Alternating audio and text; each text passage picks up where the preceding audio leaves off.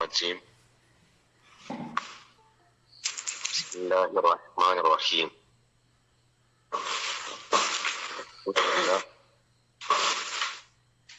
والصلاة والسلام على رسوله الأمين وعلى آله وصحبه أجمعين. ഏതോ ചില മൈക്കുകൾ മ്യൂട്ട് ചെയ്യാണ്ട് ഒന്ന് മൈക്ക് ഓഫ് ചെയ്ത ഷഹീദ മൈക്ക്.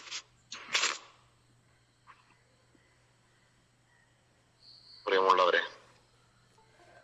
അല്ലാഹു സുബ്ഹാനഹു വ തആല നമ്മേവരെയും അനുഗ്രഹിക്കുമാറാകട്ടെ.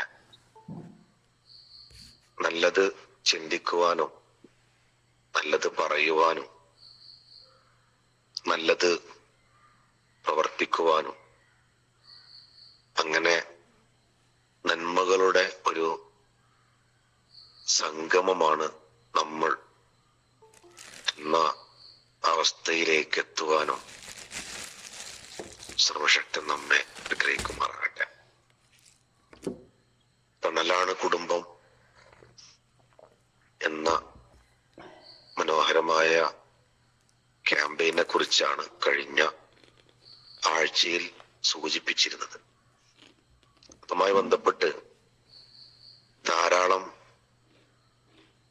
ക്ലാസുകളും സംസാരങ്ങളും എഴുത്തുകളും ഒക്കെ നമ്മൾ വായിച്ചിട്ടുണ്ടാകും, നമ്മുടെ ശ്രദ്ധയിൽപ്പെട്ടിട്ടുണ്ടാവും, മനസ്സിലാക്കിയിട്ടുണ്ടാവും. സന്തോഷമുള്ള ഒരു കുടുംബം എന്ന് പറയുന്നത് ഏതൊരാളുടെയും ഒരു സ്വപ്നമാണ്.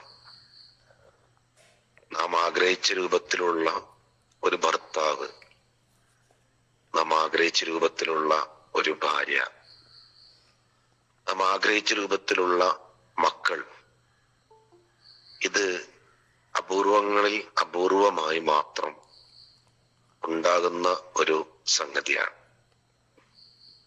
അള്ളാഹുവിന്റെ അനുഗ്രഹത്തിന്റെ ഭാഗമായി മാത്രം ലഭിക്കുന്ന സൗഭാഗ്യമാണ്. പക്ഷെ അതേസമയം ഉള്ള സംവിധാനങ്ങളിൽ നിരാശരായിരിക്കുന്നതിന് പകരം അള്ളാഹുവിൽ പ്രതീക്ഷ വെച്ചുകൊണ്ട് ഞാൻ ആഗ്രഹിക്കുന്ന ഒരു കുടുംബം രൂപപ്പെടും എന്ന് പ്രാർത്ഥിക്കലാണ് വിശ്വാസിയുടെ റോൾ എന്ന് പറയുന്നത്.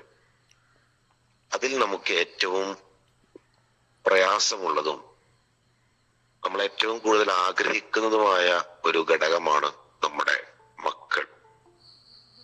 മക്കളെ ഇസ്ലാമികമായ ഒരു അവസ്ഥയിൽ ലഭിക്കുക എന്ന് പറയുന്നത് വളരെ അപൂർവങ്ങളിൽ അപൂർവമായിട്ട് മാത്രം സംഭവിക്കുന്നതാണ്. അങ്ങനെ നമുക്ക് നമ്മുടെ മക്കളെ ഇസ്ലാമികമായ ഒരു ബോധമുള്ള മക്കളായി കിട്ടിയിട്ടുണ്ടെങ്കിൽ നമ്മള് റബ്ബിനോട് എത്ര ശുക്ർ പറഞ്ഞാലും മതിയാവുകയില്ല. പുതിയ കാലം പ്രത്യേകിച്ച് ഈ 2 ദിവസം മുമ്പ് കണ്ട വീഡിയോ, പരിശുദ്ധ ഖുർആൻ ഹാഫിളാക്കണം, ഹിഫ്ളാക്കണം എന്ന് ആഗ്രഹം പ്രകടിപ്പിച്ച മകനെ കുറിച്ച് ഉമ്മ പറയുന്നത് അവനെ പേടിച്ചിട്ടാണ് ഞാനിപ്പോ വീട്ടിൽ കഴിയുന്നത് എന്നാണ്.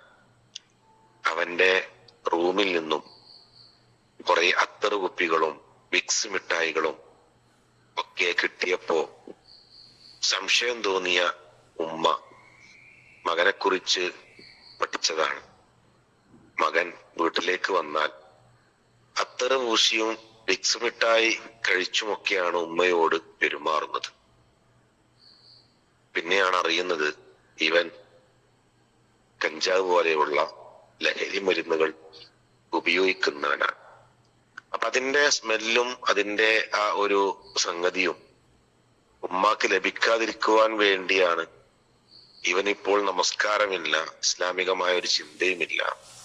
ഏത് സമയത്തും ഇത്തരം സംവിധാനങ്ങളിൽ നിന്ന് തെറിച്ചു പോകുവാൻ പറ്റിയ രൂപത്തിലുള്ള സുഹൃത്ത് വലയങ്ങളും അതുപോലെ തന്നെ സോഷ്യൽ മീഡിയയും നിലനിൽക്കുന്ന സമയത്ത് എങ്ങനെയാണ് മക്കളെ കൈകാര്യം ചെയ്യുക?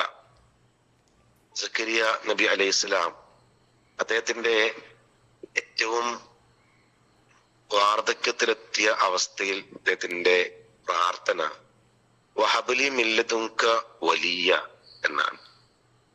അള്ളാഹു എനിക്ക് നീ ഒരു കുട്ടിയെ കൊണ്ടാ എന്ന് പ്രാർത്ഥിക്കുമ്പോ റബ്ബിനോട് പ്രാർത്ഥിക്കുന്നത് എനിക്കൊരു വലിയനെ കൊണ്ടാ എന്നാണ്. എന്താണ് വലിയ? വലിയ എന്ന് പറഞ്ഞാൽ ആത്മമിത്രം എന്നാണ്. മക്കള് ആത്മമിത്രങ്ങളാവുക. നമുക്കൊക്കെ നമ്മുടെ മക്കളോട് ക്ലോസ് ഫ്രണ്ട്സ് ആയിട്ട് മാറാൻ പറ്റാറുണ്ടോ? വളരെ മിത്രങ്ങളെ പോലെ, സുഹൃത്തുക്കളെ പോലെ അവരോട് കമ്പനി കൂടുവാൻ പറ്റാറുണ്ടോ?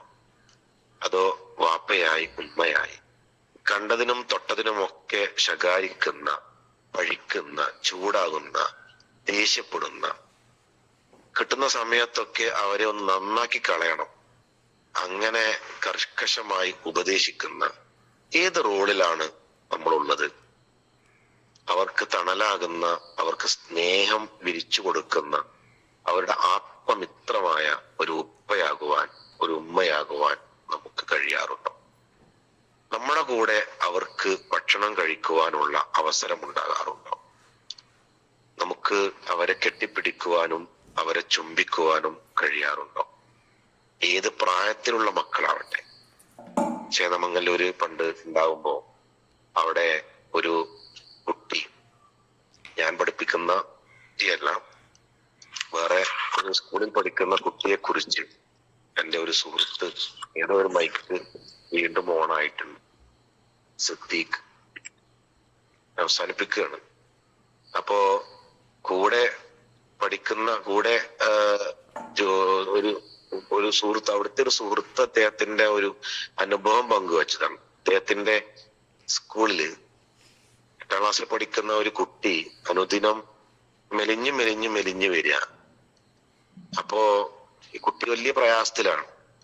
അവളുടെ കൂട്ടുകാരി ക്ലാസ് ടീച്ചറോട് എന്ന് പറയണം, അവൾക്ക് ക്യാൻസർ ആണ്, അതുകൊണ്ട് ഇനി അവൾ സ്കൂളിലേക്ക് വരില്ല എന്നാണ് പറഞ്ഞത്.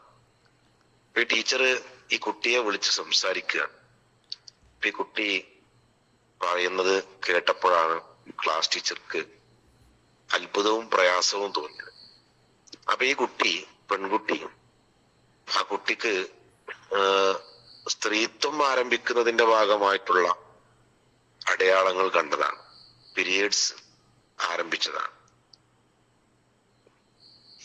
കുട്ടി ഇത് ആരോടെങ്കിലും പറയണം അല്ലെങ്കിൽ ചർച്ച ചെയ്യണം എന്നതിന് പറ്റിയ ബന്ധങ്ങളില്ല. കുട്ടി മനസ്സിലാക്കിയത് എനിക്കെന്തോ മാരകമായ അസുഖമാണ്, രോഗമാണ് എന്നാണ്. ഇതിന്റെ പേരിലാണ് ഈ കുട്ടി വളരെയധികം മാനസിക പ്രയാസം അനുഭവിച്ച് ഭക്ഷണം ഒഴിവാക്കി, ഉറക്കം ഒഴിവാക്കി, ഞാൻ ഇപ്പോൾ മരിക്കും എന്ന് ചിന്തിച്ച് നടക്കുന്നത്.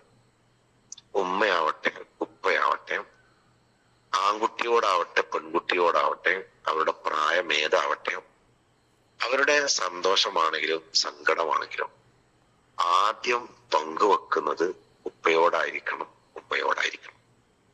അങ്ങനെ ഒരു ബന്ധം നമ്മൾ നിലനിർത്തിയിട്ടില്ല എങ്കിൽ ഇവർക്ക് ഇപ്പോൾ സംസാരിക്കാൻ ഇടങ്ങളില്ല. ഉമ്മാക്ക് തിരക്കാണ്, ഉപ്പാക്ക് തിരക്കാണ്. ഉപ്പയും ഉമ്മയും അവരും മൊബൈലിലാണ് എങ്കിൽ ഇത് പങ്കുവെക്കുവാൻ, അതല്ല എങ്കിൽ ഇത് കേൾക്കുവാൻ, അവരുടെ അടുത്തിരുന്നിട്ട് സംസാരിക്കുവാൻ ഉപ്പാക്കും ഉമ്മാക്കും മനസ്സില്ല എങ്കിൽ, സമയമില്ല എങ്കിൽ, അവരുടെ ജീവിതം പഠിപ്പിച്ചു കൊടുക്കുന്നത് അവർ തോണ്ടിക്കൊണ്ടിരിക്കുന്ന ഷോർട്സും റീൽസുമാണ്. എങ്ങനെ ജീവിതം ചിട്ടപ്പെടുത്തണം, ഏത് വസ്ത്രം ധരിക്കണം, എന്ത് സംസാരിക്കണം, എന്ത് പാടണം, എന്ത് കഴിക്കണം, എന്ത് കേൾക്കണം, എങ്ങനെ പെരുമാറണം എന്നത് അവരെ പഠിപ്പിച്ചു കൊടുക്കുന്നത് പിന്നെ അവർ കേൾക്കുന്ന ഷോർട്സും റീൽസുമാണ്. അതുകൊണ്ട് അതിനനുസരിച്ചായിരിക്കും പിന്നെ അവരുടെ ജീവിതം ചിട്ടപ്പെടുത്തപ്പെടുക. ഞാൻ ഈ പറയുന്നത് വളരെ പെട്ടെന്ന് നമ്മുടെ മനസ്സിലേക്ക് വരുന്ന കുറേ തെളിവുകൾ നമ്മുടെ കൺമുന്നിൽ ഇങ്ങനെ പാറി നടക്കുന്നുണ്ടാവും ഇപ്പോ. അതുകൊണ്ട് സക്കരിയ നബി അലൈഹിസ്സലാം പ്രാർത്ഥിച്ചതുപോലെ എനിക്ക് പറ്റിയ ഒരു മിത്രത്തെ നൽകുവാൻ നമുക്കും പ്രാർത്ഥന ഉണ്ടാവണം. കൺകുളിർമയുള്ള മക്കളെ വളർത്തിയെടുക്കുവാൻ സർവശക്തൻ നമ്മെ ഏവരെയും അനുഗ്രഹിക്കുമാറാകട്ടെ. വാഖിറു ദഅ്വാനാ അൽഹംദുലില്ലാഹി റബ്ബിൽ ആലമീൻ. അസ്സലാമു അലൈക്കും വറഹ്മത്തുള്ളാഹി വബറകാതുഹു. വലൈക്കും സലാം വറഹ്മത്തുള്ളാഹി വബറകാതുഹു.